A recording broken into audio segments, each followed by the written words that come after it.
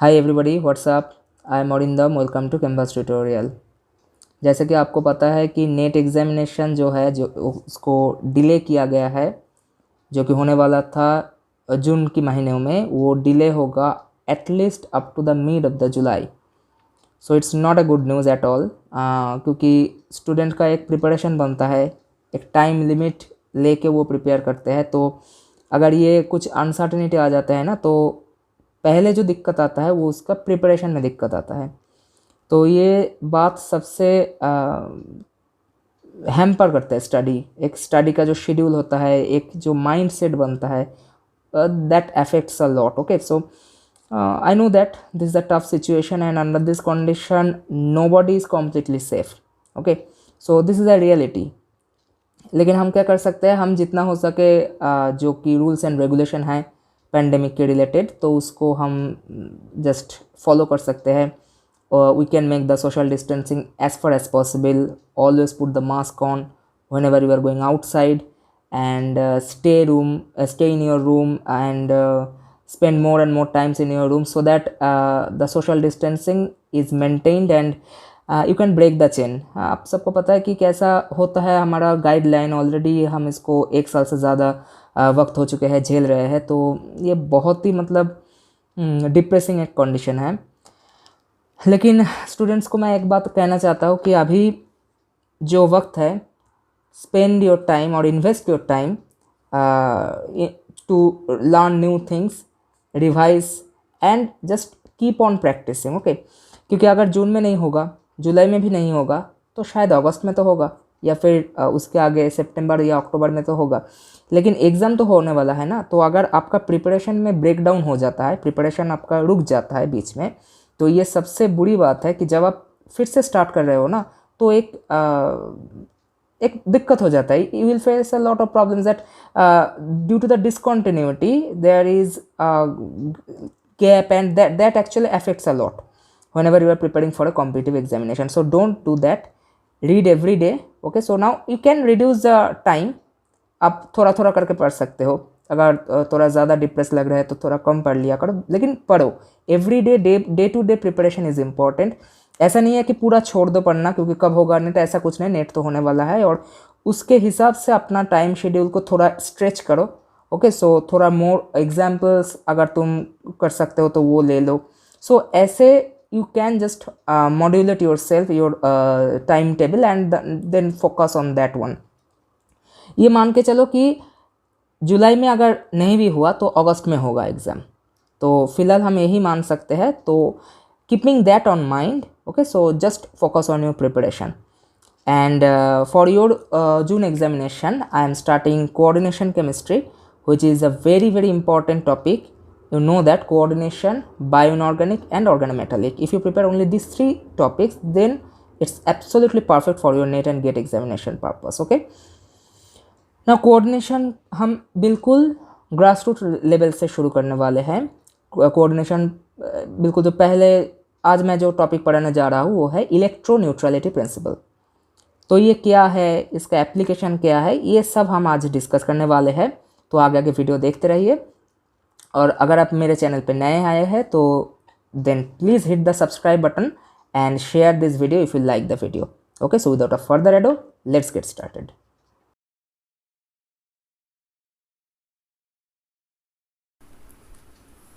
Okay, तो आज का हमारा पहला टॉपिक होगा इलेक्ट्रोन्यूट्रलिटी प्रिंसिपल, और this is the coordination compound lecture series, and this is the lecture number 1. Now before going to discuss about the electroneutrality principle, we'll discuss the basic about the coordination compound. आपको पता है कि coordination compound में coordinate bond बनता है। coordinate bond is formed between metal and ligand. Okay, और यहाँ पर क्या होता है, मेटल जो कि सेंटर में रहता है, ligand donate electron and form a coordinate bond with the metal centre. So this is the basis of the coordinate bond, and this is how the compound is forming, and that compound is the coordinate compound, okay, coordinate compound और coordination compounds. ऐसे हम coordinate compounds को देख सकते हैं जहाँ पर coordinate bond बनता है। और according to the Sidgwick theory, okay, just mentioning the name, according to the Sedgwick theory, what you can see, ligands are the donor, okay, so you can see that they are acting as a base, okay, you know that electron donors are Lewis base itself, and the metal center are the electron acceptor, and that's why they are acidic in nature, okay. So this is as per the Sedgwick theory we can conclude।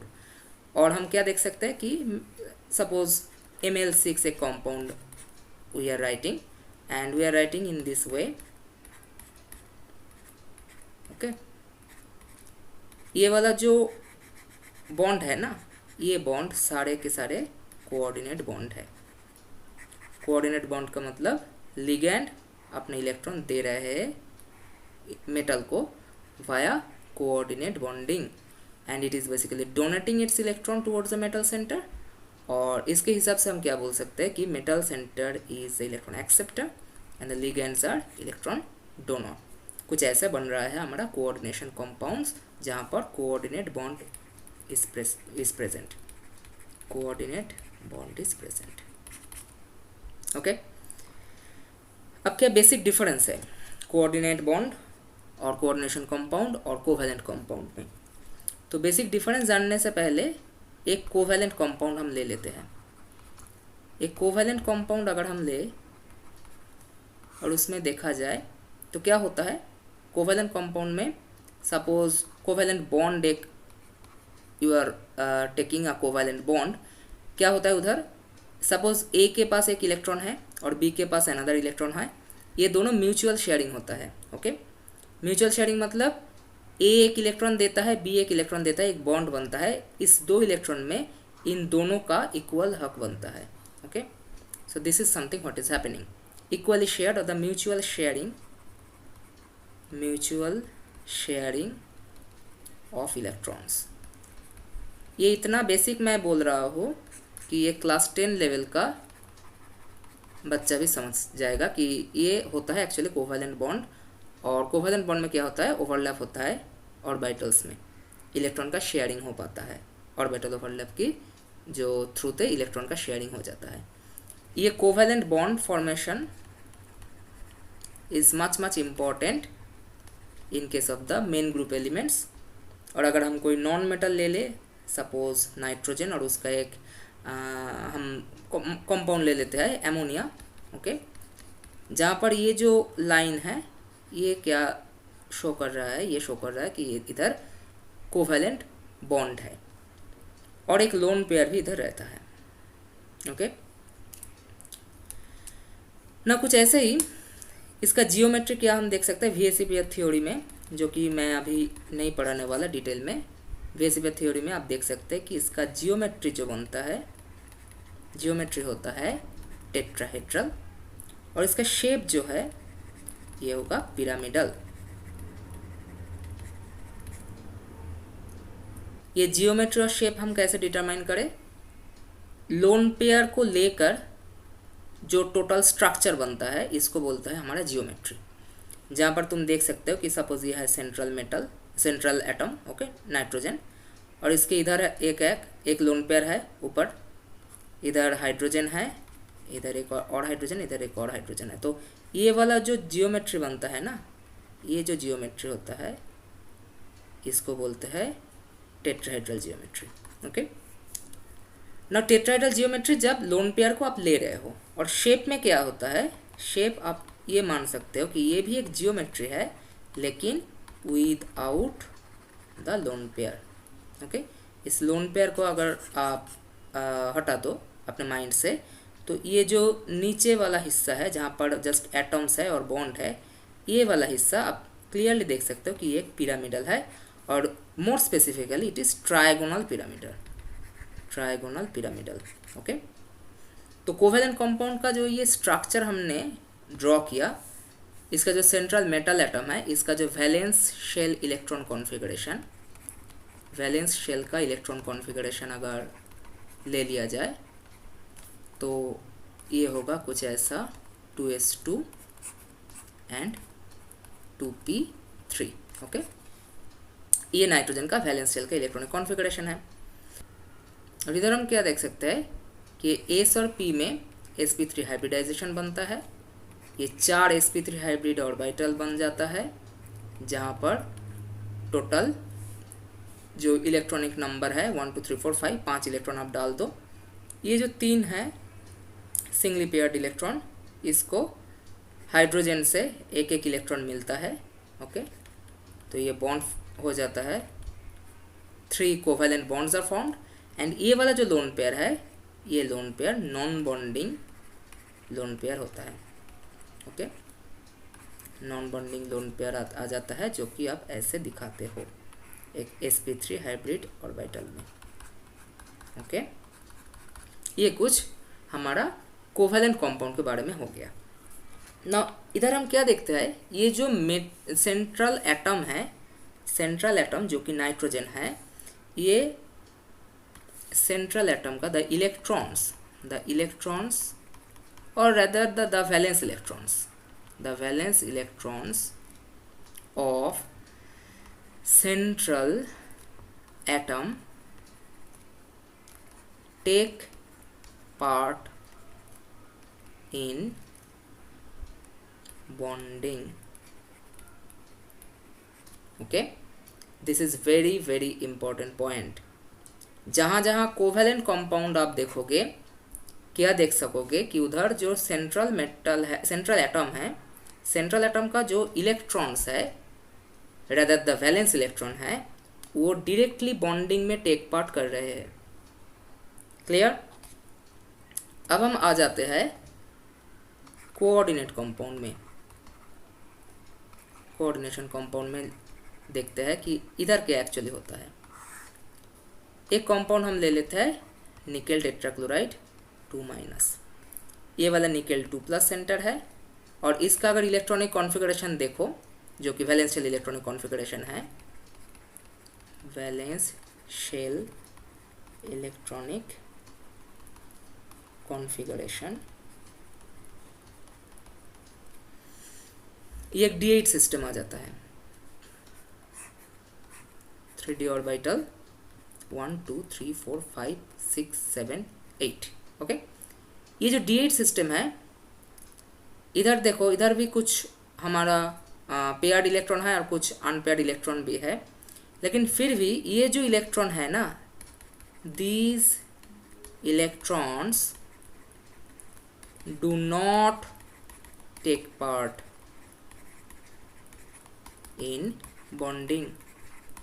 तो actually ये क्या होता है, ये जो सारा electrons है, ये सारा इलेक्ट्रॉन्स मेटल पे ही आ जाता है, मेटल सेंटर पे जो मेटल आयन है इधर रहता है as non bonding electrons, non bonding electrons. Okay, अब देखो इसके पहले वाले एग्जाम्पल में जो कि नॉन बॉन्डिंग इलेक्ट्रॉन जहाँ पर रहता था, उसको लेकर हम जियोमेट्री डिटरमाइन कर रहे थे, है ना, उसको लेकर हम जियोमेट्री को डिटरमाइन कर सकते थे, जो कि कोवैलेंट कंपाउंड है, जहाँ पर सेंट्रल एटम एक नॉन मेटल है। लेकिन ये जब हम निकेल टेट्राक्लोराइड पे आते हैं, इधर भी इतना सारा नॉन बॉन्डिंग इलेक्ट्रॉन है, लेकिन हम इस नॉन बॉन्डिंग इलेक्ट्रॉन को कंसीडर नहीं करेंगे, do not consider it in determining geometry. तो अगर हम जियोमेट्री में नॉन बॉन्डिंग इलेक्ट्रॉन को कंसीडर नहीं करेंगे, तो इसका एक ही मतलब हो सकता है कि इधर जियोमेट्री और शेप दोनों सेम है। So for coordination compound, geometry and shape both are same, क्योंकि शेप जब हम डिटरमाइन करते हैं तो नॉन बॉन्डिंग इलेक्ट्रॉन्स जो कि प्रेजेंट है उस लोन पेयर वालों को हम जस्ट हटा के देखते हैं कि rest of the molecule has what is the geometry and then we consider it as the shape of the molecule. लेकिन जब हम कोऑर्डिनेशन कंपाउंड को लेकर चलते हैं तब हमारा जो शेप होता है वो जियोमेट्री के बराबर होते हैं, क्योंकि उधर हमको नॉन बॉन्डिंग जो इलेक्ट्रॉन्स प्रेजेंट है मेटल के ऊपर, जो सेंट्रल एटम है इधर, सेंट्रल आयन है व्हाटएवर, तो उसका हम कंसिडर नहीं करते। क्यों कंसिडर नहीं करते? क्योंकि इधर कंसिडर करना नहीं पड़ेगा, because the electrons are donated by ligands itself and they are actually forming the coordinate bond, it's not a covalent bond. इधर कोऑर्डिनेट बॉन्ड फॉर्मेशन हो रहा है, तो मेटल के ऊपर जो भी इलेक्ट्रॉन होगा उसको उधर ही रहने दे, मेटल के पास इलेक्ट्रॉन एक्सेप्ट करने की जगह है, वो एक्सेप्ट करेगा और कोऑर्डिनेट बॉन्ड फॉर्म कर देगा। कुछ ऐसा ही बनता है कोऑर्डिनेशन कंपाउंड में। अब कोऑर्डिनेशन कंपाउंड में क्या होता है, ये जो लिगैंड्स जो है, ये लिगैंड्स कोऑर्डिनेट बॉन्ड फॉर्म करता है, तो ये जो बॉन्ड पेयर है ना, इसको बॉन्ड पेयर मान सकते हो। इस पे वो जो बॉन्ड पेयर रिपल्शन वाला जो खेल होता है ना VSEPR में, वो इधर नहीं होता। तो दो लिगैंड एक दूसरे को ऐसे रिपेल नहीं करेगा, ये कोऑर्डिनेट बॉन्ड कोवैलेंट बॉन्ड से अलग बनते हैं। हम कोवैलेंट बॉन्ड में क्या देख सकते हैं कि ये जो बॉन्ड एंगल वगैरह इसको हम लेकर चलते हैं, क्योंकि बॉन्ड पेयर रिपल्शन होता है। आपको मानना पड़ेगा कि इधर lone pair repulsion is greater than lone pair bond pair repulsion is greater than bond pair repulsion, और ये सारे चीज़ हमको लेकर चलना पड़ता है बॉन्ड एंगल डिटर्मिनेशन के, और जिसका एक डायरेक्ट संबंध है हमारा, कैसे वो रिपल्शन बॉन्ड एंगल को चेंज कर देता है। ताकि आप वाटर मॉलिक्यूल ले लो, उधर भी sp3 हाइब्रिडाइजेशन है, लेकिन फिर भी जो HOH बॉन्ड एंगल है वो 104 डिग्री पे घट जाता है 109 से। तो इसके पीछे वजह है ये जो बॉन्ड पेयर और लोन पेयर रिपल्शन। ओके, तो ये VSEPR का बेसिक है। ये सारे मॉडल काम करता है कोवैलेंट कंपाउंड के ऊपर, लेकिन कोऑर्डिनेशन कंपाउंड के ऊपर ये सारे मॉडल काम नहीं करते। ओके, तो ये सारे डिफरेंस है क्योंकि बॉन्डिंग पैटर्न अलग है। तो जैसे एक टेट्राहेड्रल, आप सपोज मान लो कि एक मीथेन मॉलिक्यूल आप लिख रहे हो और उसके पास ही आप एक ऐसे निकल का टेट्राक्लोराइड ये मॉलिक्यूल लिख रहे हो, तो ये दोनों मॉलिक्यूल दिखने में तो दोनों ही टेट्राहेड्रल है। ओके, दोनों का जियोमेट्री भी टेट्राहेड्रल है, लेकिन आपको ये मानना पड़ेगा कि दोनों का जो बॉन्डिंग पैटर्न है वो अलग है, सेम बॉन्ड नहीं है। लेकिन फिर भी हमारे सिंप्लिसिटी के लिए हम क्या करेंगे, कोऑर्डिनेट बॉन्ड में भी हम एक स्ट्रेट लाइन बनाएंगे और उसको हम एक बॉन्ड जैसा, मतलब एक नॉर्मल बॉन्ड जैसा ट्रीट करेंगे, क्योंकि हम कोऑर्डिनेशन कंपाउंड जब डिस्कस कर रहे हैं तो मेटल लिगेंड के बीच कोऑर्डिनेट बॉन्ड ही बनेगा। ओके, अब हम आने वाले हैं हमारा आज का टॉपिक, जो कि है electro neutrality principle. Electro neutrality principle, okay, ये है हमारा आज का टॉपिक। इसका एप्लीकेशन क्या है? इसके एप्लीकेशन, पहले मैं एक सवाल आपको देता हूँ कि COCl6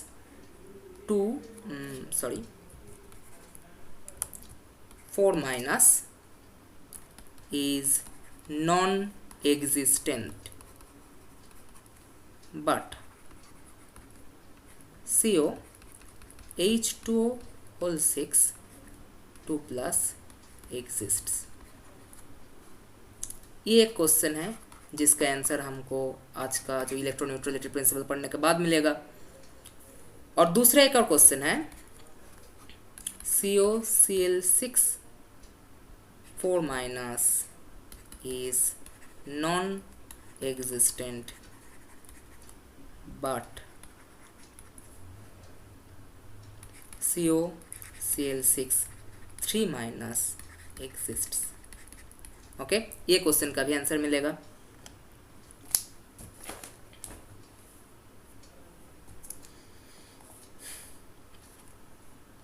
और तीसरा क्वेश्चन हम मान सकते हैं कि COCl6 4 minus is non-existent but COCl4 2 minus exist। ये वाला जो 3 क्वेश्चन है इसका आंसर तुरंत मिल जाएगा अगर हमें पता है कि इलेक्ट्रोन्यूट्रलिटी प्रिंसिपल है क्या। ओके, इसका बेसिस हम ये लेकर चल सकते हैं कि जब एक मेटल सेंटर होता है ना, वो कोऑर्डिनेट बॉन्ड फॉर्म कर रहा है लिगैंड के साथ, ये सारे के सारे क्या है, हमारा कोऑर्डिनेट बॉन्ड है। मान लीजिए कि मेटल के ऊपर कुछ पॉजिटिव चार्ज है, N+ पॉजिटिव चार्ज है। ओके, तो ये सेंट्रल मेटल आयन है जहाँ पर कोऑर्डिनेट बॉन्ड हो रहा है और एक कोऑर्डिनेशन कंपाउंड फॉर्म हो रहा है। तो ये जब लिगैंड डोनेट करता है ना इलेक्ट्रॉन, तो ये मेटल के ऊपर कुछ फॉर्मल नेगेटिव चार्ज छोड़ जाते हैं। ओके, ये जो नेगेटिव चार्ज मेटल के ऊपर आते हैं, जो कि बॉन्ड फॉर्मेशन के पहले नहीं था, कोऑर्डिनेट बॉन्ड फॉर्मेशन के बाद आया, मेटल का एक कोशिश रहता है कि ये जो नेगेटिव चार्ज हमारे ऊपर आ गए हैं, जो कि हमारा बोझ बन गया है, जो कि नहीं होना चाहिए था, बॉन्ड फॉर्मेशन के बाद आया है, इसको हमें थोड़ा न्यूट्रलाइज करना होगा। तो इसके न्यूट्रलाइज करने का जो मेथड मेटल फॉलो करते हैं, जो कि हमारा एक स्टेबल कंपाउंड फॉर्म करने में हेल्प कर लेता है, that is actually the basis of the electroneutrality principle. तो इसको हम कैसे लिख सकते हैं कि when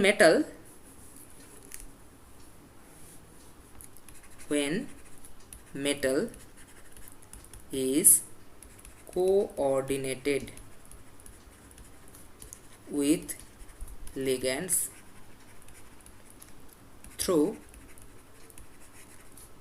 coordinate bond। Okay, coordinate bond के जरिए क्या हो रहा है, मेटल लिगैंड के साथ कोऑर्डिनेट हो रहा है, लिगैंड के साथ एक बंधन में आ रहे हैं। तो क्या हो रहा है उधर, formal negative charge is introduced on the metal, okay, metal center, and this condition is electronically unstable. So what actually metal can do? So under this condition, always metal center try to neutralize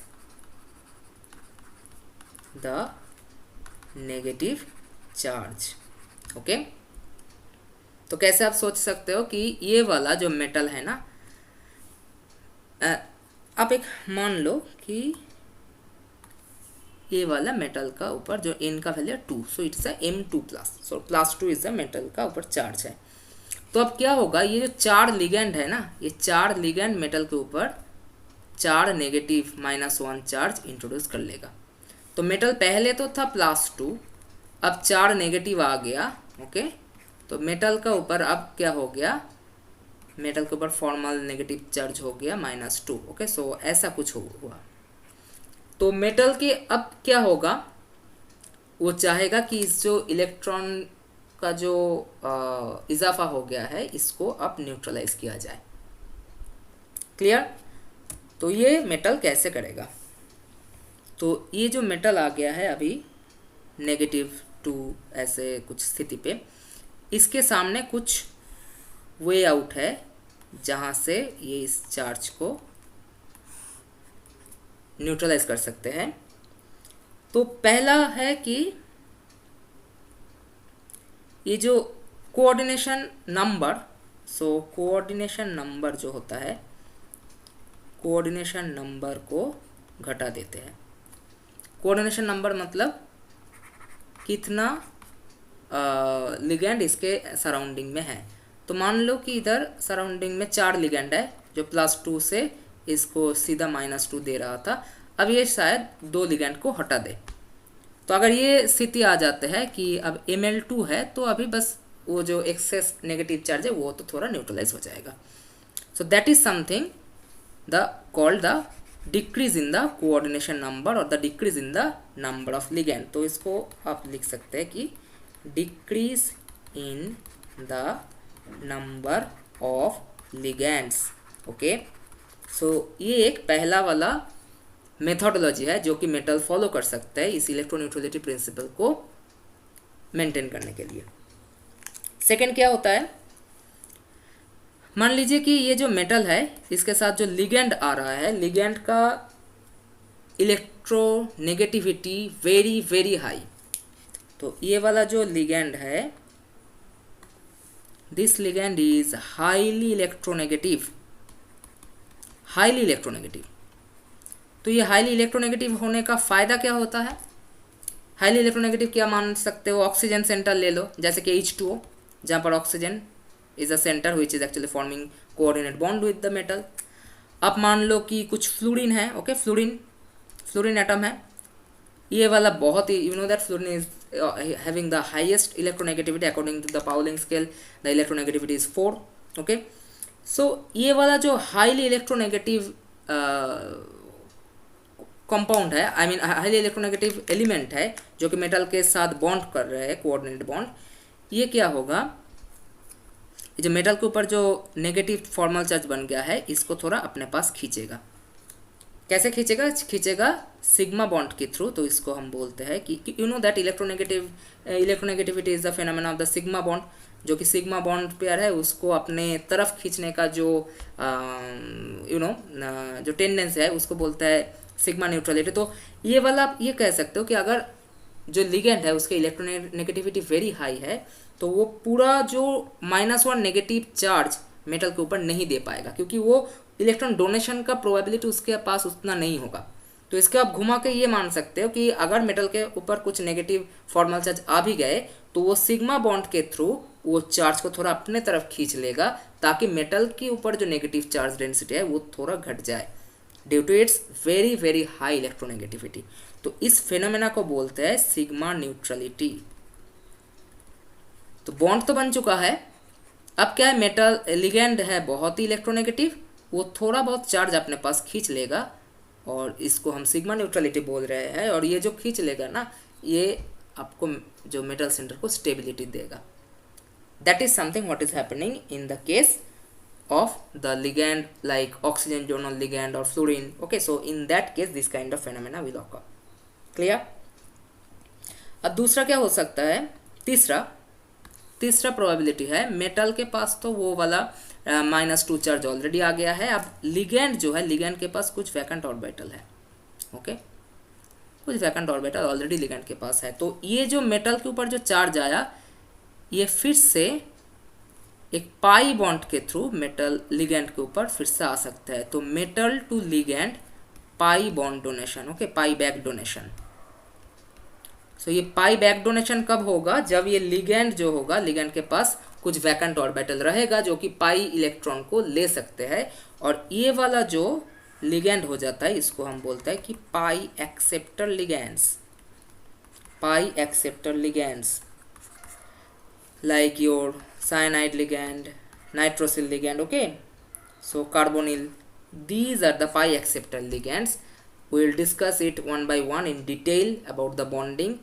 ये बहुत ही basic class है, इसमें हम ज़्यादा detail में नहीं जाएंगे, ये बहुत ही फंडामेंटल हम डिस्कस करने वाले हैं। और इसके हिसाब से हम क्या मान सकते हैं कि देखो, इलेक्ट्रोन्यूट्रलिटी प्रिंसिपल एक कंपाउंड की स्टेबिलिटी को कुछ हद तक एक्सप्लेन कर सकते हैं। सारे कंपाउंड का स्टेबिलिटी तो नहीं बोल सकेगा, लेकिन फिलहाल कुछ हद तक हम इलेक्ट्रोन्यूट्रलिटी के प्रिंसिपल के थ्रू बोल सकते हैं। तो इसका मेजर जो एप्लीकेशन इधर है कि अगर मेटल के ऊपर ज़्यादा नेगेटिव चार्ज आ जाएगा तो वो मॉलिक्यूल फॉर्म नहीं होगा। तो मेटल के ऊपर से इलेक्ट्रॉनिक चार्ज को थोड़ा बैलेंस करना होगा, थोड़ा न्यूट्रलाइज करना होगा, और उसके हिसाब से मेटल क्या करेगा, अपना कोऑर्डिनेशन नंबर डिक्रीज कर सकते हैं, कुछ ऐसे लिगेंड के साथ बाइंड कर सकता है जहाँ पर सिग्मा न्यूट्रलिटी इज पॉसिबल, ताकि वो अपना चार्ज थोड़ा धकेल सकते हैं लिगेंड के ऊपर। ऐसा लिगेंड वो प्रेफर करेगा जहाँ पर पाई एक्सेप्टर लिगेंड है, ओके। और ये तीनों पॉसिबिलिटी अगर नहीं है तो एक आखिरी प्रोबेबिलिटी बन जाता है कि मेटल का खुद का जो ऑक्सीडेशन स्टेट था, मेटल खुद का जो ऑक्सीडेशन स्टेट था, okay, the oxidation state of the metal, ये उसका ऑक्सीडेशन स्टेट को ही अपने इंक्रीज कर लेता है। कैसे? सपोज इनिशियली हमने क्या बोला था कि मेटल तो 2+ थे, उसके बाद 4 लिगेंड आया, उसके बाद मेटल को -2 चार्ज दे गए। ना मेटल अब क्या किया, आपने चार्ज को थोड़ा बढ़ा के 4+ कर दिए या 3+ कर दिए, जो भी हो, पॉजिटिव चार्ज डेंसिटी अगर बढ़ेगा तो वो क्या होगा, जो अपने जो फाइनल 4 लिगेंड तो 4 नेगेटिव चार्ज देगा, तो इसके हिसाब से whenever this M3+ binds with 4 ligand, they are only inducing -1 M-, only एक नेगेटिव फॉर्मल चार्ज आ रहा है। जब M4+ bind with the 4 ligand M0, okay, so कुछ ऐसे फॉर्मल चार्ज आप देख सकते हो। तो क्या होगा, ये मेटल के ऊपर से चार्ज थोड़ा घट रहा है, तो ये इलेक्ट्रोन्यूट्रलिटी प्रिंसिपल के जरिए हम बोल सकते हैं कि ये थोड़ा स्टेबल कंपाउंड बनेगा। तो बस यही 4 पॉइंट को याद करके आप आसानी से इन 3 क्वेश्चन को सॉल्व कर सकते हो। अब देखो, ये वाला जो है ना 4- मतलब ये chlorine halogen, these are actually imparting -1 charge, सो cobalt center initially has +2 oxidation state. Okay, now 6Cl- attached to it, so overall the charge of the compound is 4-. Okay, इधर क्या हो रहा है, कोबाल्ट का तो +2 ऑक्सीडेशन स्टेट है, जहाँ पर न्यूट्रल लिगेंड H2O बाइंड कर रहा है, तो ओवरऑल जो कॉम्प्लेक्स का पॉजिटिव चार्ज है वो कुछ ऐसा है। तो ओवरऑल कॉम्प्लेक्स का चार्ज आप भूल जाओ, अब बस ये मान लो कि एक कोबाल्ट 2+ सेंटर है। ओके, कोबाल्ट 2+ सेंटर है। अब क्या होगा, तो ये 4 जो लिगेंड है ना, देखो ये वाला मैंने ओवरऑल कॉम्प्लेक्स का चार्ज बोल रहा है, ये वाला चार्ज को कंसिडर मत करो। अब क्या ले रहे हो, अब बस ऑक्सीडेशन स्टेट ऑफ मेटल ले रहे हो और क्या क्या लिगेंड आ रहा है वो ले रहे हो, बस दैट्स इट। तो ये जो 6 क्लोराइड है ना, ये जब कोवेलेंट कोऑर्डिनेट बॉन्ड करेगा तो ये अपने मेटल सेंटर के ऊपर टोटल 6 नेगेटिव फॉर्मल चार्ज डाल देगा, सो टोटल -6 फॉर्मल चार्ज आ जाएगा, तो कोबाल्ट हो जाएगा -4 में। समझ रहे हो, कोबाल्ट हो जाएगा -4 में। कुछ ऐसा ही स्थिति बनेगा अगर हम 4 वाटर मॉलिक्यूल ले लें, क्योंकि वो भी तो कोऑर्डिनेट बॉन्ड कर रहा है ना। ओके, तो यहाँ पर भी जो फॉर्मल चार्ज दे देगा वो कोबाल्ट तो इनिशियली 2+ से, उसके बाद ये हो जाएगा कोबाल्ट -4। नाउ इन दोनों में देखो, ये क्लोरीन जो है ना, ये इलेक्ट्रोनेगेटिव तो है, लेकिन फ्लोरीन और ऑक्सीजन की तरह इतना ज़्यादा हाईली इलेक्ट्रोनेगेटिव नहीं है, और इसके पास अपने कोई पाई ऑर्बिटल भी ऐसे नहीं है जहाँ पर वो पाई एक्सेप्ट कर सकता है, तो ये पाई एक्सेप्टर लिगेंड भी नहीं होता, इसके पास सिग्मा न्यूट्रलिटी का ऑप्शन भी नहीं बचता। तो ये जो होता है ना, मेटल के ऊपर कुछ हाई नेगेटिव चार्ज भी ऑलरेडी इंड्यूस कर देता है, जो कि ये कंपाउंड को अनस्टेबल बना देते हैं, और ये अनस्टेबल कंपाउंड तो फॉर्म नहीं होने वाला। अब डिफरेंस क्या है, हेक्सा एक्वा कॉम्प्लेक्स में जहाँ पर 6 वाटर मॉलिक्यूल है, इधर आप देख सकते हो कि ये जो ऑक्सीजन है ना, ये तो अपने हाई इलेक्ट्रोनेगेटिविटी की वजह से सिग्मा न्यूट्रलिटी प्रिंसिपल को अप्लाई कर सकता है, मतलब ये थोड़ा बहुत नेगेटिव फॉर्मल चार्ज अपने ऊपर खींच सकते हैं अपने इलेक्ट्रोनेगेटिविटी के जरिए, जो कि फ्लोरीन लिगैंड भी कर सकते हैं। तो इसके हिसाब से आप क्या बोल सकते हो कि ये जो 6 coordination number hexa aqua complex of cobalt 2+ can form due to the sigma electroneutrality principle, जिसको हम बोलते हैं कि ऑक्सीजन H2O लिगेंड का सिग्मा न्यूट्रलिटी। ओके, इसके जरिए hexa aqua complex of cobalt get stabilised. अब देखो, ये हेक्साक्लोरो कंपाउंड ऑफ कोबाल्ट 2+ तो अनस्टेबल हो गया, लेकिन ये वाला देखो हेक्साक्लोरो कंपाउंड स्टेबल हो रहा है। अब कैसे हो रहा है, देखो ओवरऑल कॉम्प्लेक्स के ऊपर चार्ज बन रहा है -3, तो chloride having -6, so central metal atom metal which is the cobalt, now it has the +3 oxidation state. अब देखो डिफरेंस क्या बन रहा है, इनिशियली ये था +2 ऑक्सीडेशन स्टेट में, अभी ये हो गया +3 ऑक्सीडेशन स्टेट में। तो मेटल सेंटर देखो, ये वाला कंडीशन, जब लिगैंड वगैरह ये सब सेम होगा तो क्या होगा, ऑक्सीडेशन स्टेट मेटल अपना बढ़ा लेगा। तो ये ऑक्सीडेशन स्टेट जब मेटल बढ़ा लेता है तो ये वाला कंपाउंड क्या होता है, एग्जिस्ट कर लेता है कैसे भी। ओके, ये तो बन ही नहीं रहा था, ये बनेगा, स्टेबिलिटी कितना होगा वो अलग बात है, लेकिन बनेगा। मतलब ये कोबाल्ट का हेक्सा कॉम्प्लेक्स जो कि कोबाल्ट 2+ का था वो नहीं बन रहा था, उसके हिसाब से ये थोड़ा ज़्यादा स्टेबिलाईज हो गया due to the electroneutrality principal. यहाँ पर क्या होता है, कोबाल्ट 2+ जो पहले था वो अपना जो ऑक्सीडेशन स्टेट वो बढ़ा लेता है, ये हो जाता है कोबाल्ट 3+। ओके, अब देखिए ये वाला लास्ट एग्जाम्पल में, ये तो हमने देखा कि कोबाल्ट 2+ है, और ये वाला जो कंपाउंड है ना, ये वाला भी हमारा कोबाल्ट 2+ ही है, क्योंकि ओवरऑल जो कॉम्प्लेक्स के ऊपर चार्ज है 2-, तो ये 4 क्लोरीन तो 4 नेगेटिव चार्ज देगा, तो कोबाल्ट के ऊपर +2 ही होगा। तो ये दोनों में देखो मेटल का ऑक्सीडेशन स्टेट तो कोबाल्ट 2+ है। अब क्या डिफरेंस है, दोनों में ही क्लोरीन है, दोनों में ही सिग्मा न्यूट्रलिटी नहीं पॉसिबल है, दोनों में ही हमारा पाई एक्सेप्टर लिगैंड नहीं है। तो ये देखो, ये हमारा ये क्या बोलते हैं इसको, पहले जो कंडीशन था, ये कंडीशन जो कोऑर्डिनेशन नंबर है ना, मेटल इसको भी घटा सकता है। देखो ये इधर कोऑर्डिनेशन नंबर 6 है, क्योंकि 6 लिगेंड इधर है, तो इसके हिसाब से कोबाल्ट 2+ था इनिशियली, उसके बाद 6Cl- आया, तो कोबाल्ट के ऊपर CO-4 ऐसे नेगेटिव चार्ज आ गया। लेकिन इधर कोऑर्डिनेशन नंबर हो गया है आपका 4, तो इसके हिसाब से कोबाल्ट 2+ के ऊपर 4Cl- आया, तो ओवरऑल कोबाल्ट का -2 दिया, जो कि कोबाल्ट -4 से थोड़ा ज़्यादा स्टेबल है, और इसलिए ये एग्जिस्ट भी कर रहा है। तो ये तीनों एग्जाम्पल में मैंने दिखा दिया कि कैसे ये इलेक्ट्रोन्यूट्रलिटी प्रिंसिपल को ओबे कर रहे हैं। ओके, ये सारे चीज़ हमारा बहुत ही बेसिक है, जो कि इलेक्ट्रोन्यूट्रलिटी प्रिंसिपल के थ्रू हम एक्सप्लेन कर सकते हैं। It's not like that every explanation can be done, but to some extent some compounds are the stability of the some compounds are easily discussed with the help of the electroneutrality principle. So ये sufficient है आज के class के हिसाब से। So that's all for today. If you like my effort, then don't forget to share and subscribe. Okay, thank you, happy learning.